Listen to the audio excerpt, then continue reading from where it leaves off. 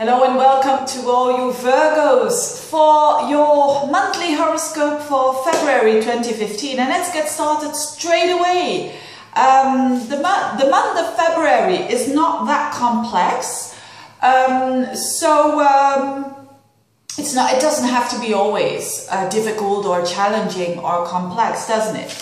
But the month of February is a month about passion. And I'm not saying this because it's the month of love in February, but I'm saying this because there is a conjunction of, listen, this is really interesting, and especially for you Virgos.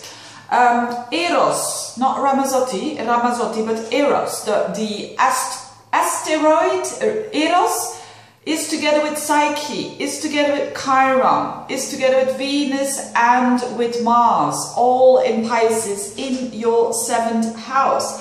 That's why this video should not be that long, and because this is overruling all what is happening throughout the month.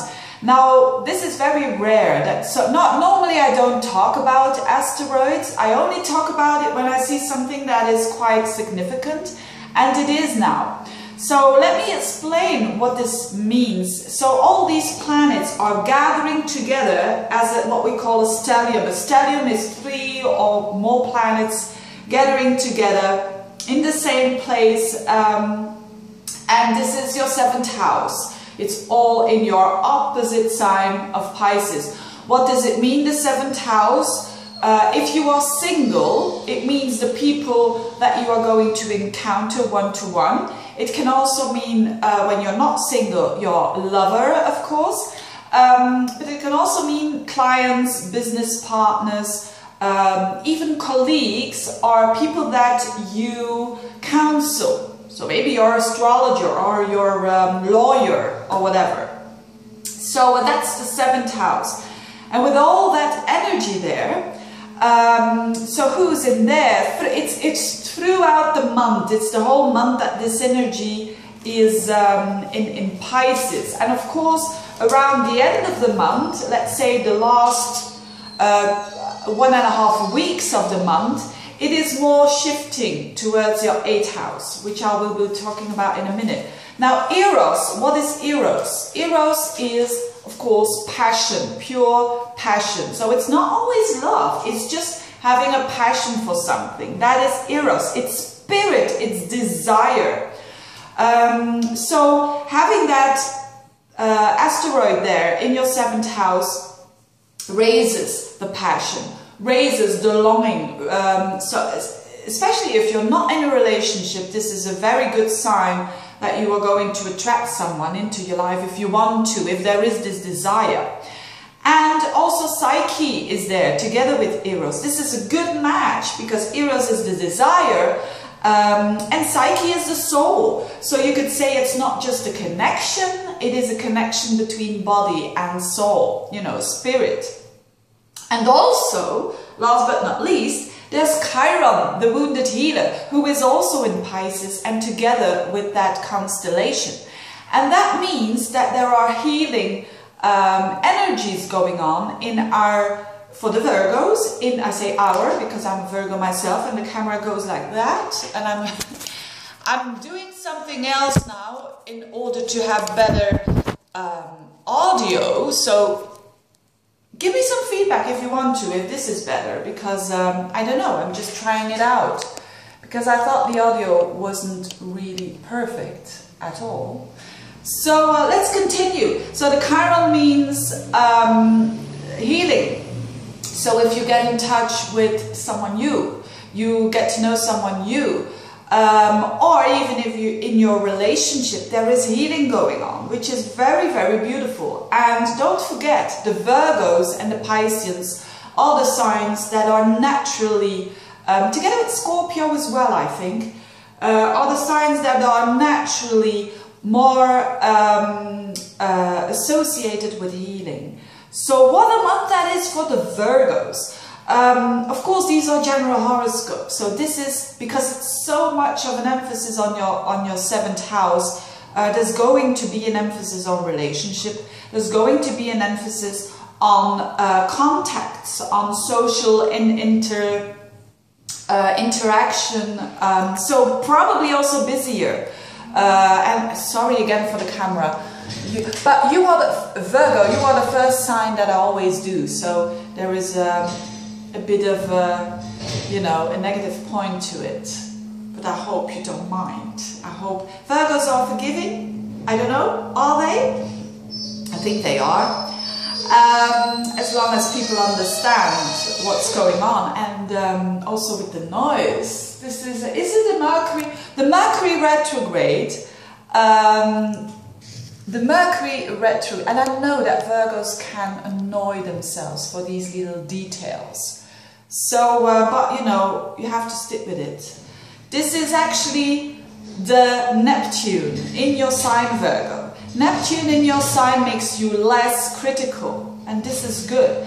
And this is emphasized as well this month, not because I'm doing this with the camera, but it is emphasized because Neptune is also in that 7th house.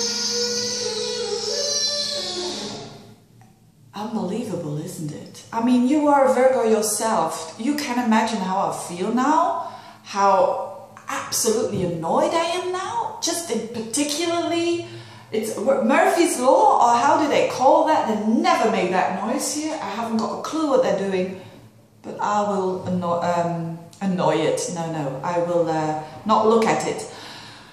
And so actually the message is, Virgo, enjoy the interactions with other people. Be open to other people. If there has been trouble like lately with relationships, there is absolutely a lot of healing capacity. If there is a lot of longing for a new relationship, there is a possibility that you are going to encounter someone new. And why? Because also Mars and Venus are there. So it's like what we call a double whammy. When Mars and Venus travel together in the sky, and they don't do that quite often. The last time they did that was like in April, and I looked it up, in April and in May 2013. I haven't got a clue what I was doing then, but maybe you do. And then Mars and Venus also were traveling together, and in the sign of Aries actually, but and also in the sign of Pisces. So it's a bit the same energy. Mars is about passion and your desire. Venus is about what you want. So your desires are met. If you really are looking for love, this is the month. And again, I'm not saying this because it's just Valentine's Day, the 14th. But it's you out of all the 12 signs are really, really into love. And not only love, also it can also mean passion. So it can also mean that when you have a business of your own, that you're going to have a tremendous desire to let that to work and to work with your clients, and also have enjoying that. You know, it's not only the desire, it's also the enjoyment that is in the same place. So lots of enjoyment if you work with people one-to-one. Lots of enjoyment if you encounter new people as well. And later on in the month, a couple of planets like Venus and Mars are going to shift into the 8th house, but I will be talking about that next month. The last thing but not least is that there is even a new moon in Pisces. So it's a bit over the top, isn't it? And the new moon is on the 18th of February. At 0 degrees of Pisces, so it's really new beginnings when it comes to relationships. And if you're in a relationship, and it could mean that you are going up a level, and that there are shifts. There is the energy of Pisces is a lot about forgiveness. So there's also forgiveness involved here in your connections to others. And especially, not only because it's Pisces, but especially because of the Chiron there as well. Now, a last thing that I want to mention is that the Sun, and sorry again for this, the Sun is also going to be in the Neptune and Saturn square. So the same energy that I described last month, with the Sun also coming into the 7th house of Pisces to join the club, is going to bump into Saturn and Neptune as well. So the same energy will be applicable. So if someone, what does it mean? Saturn means get into reality, and most Virgos like that. And Neptune means get into your dreams. So this is the paradox that is going on. So if you are meeting someone new, it could mean that you think, oh my goodness, is this a dream that comes true? Probably yes, but stay with the feet on the ground. That's the only advice that is there for this aspect. And if you are in a relationship, stay with the feet on the ground, work on the relationship, but keep on dreaming. Now, I hope this was helpful for you Virgos. Thank you so much to be with me till the end of the video. Wishing you a fantastic, passionate month, and see you next time. Bye-bye.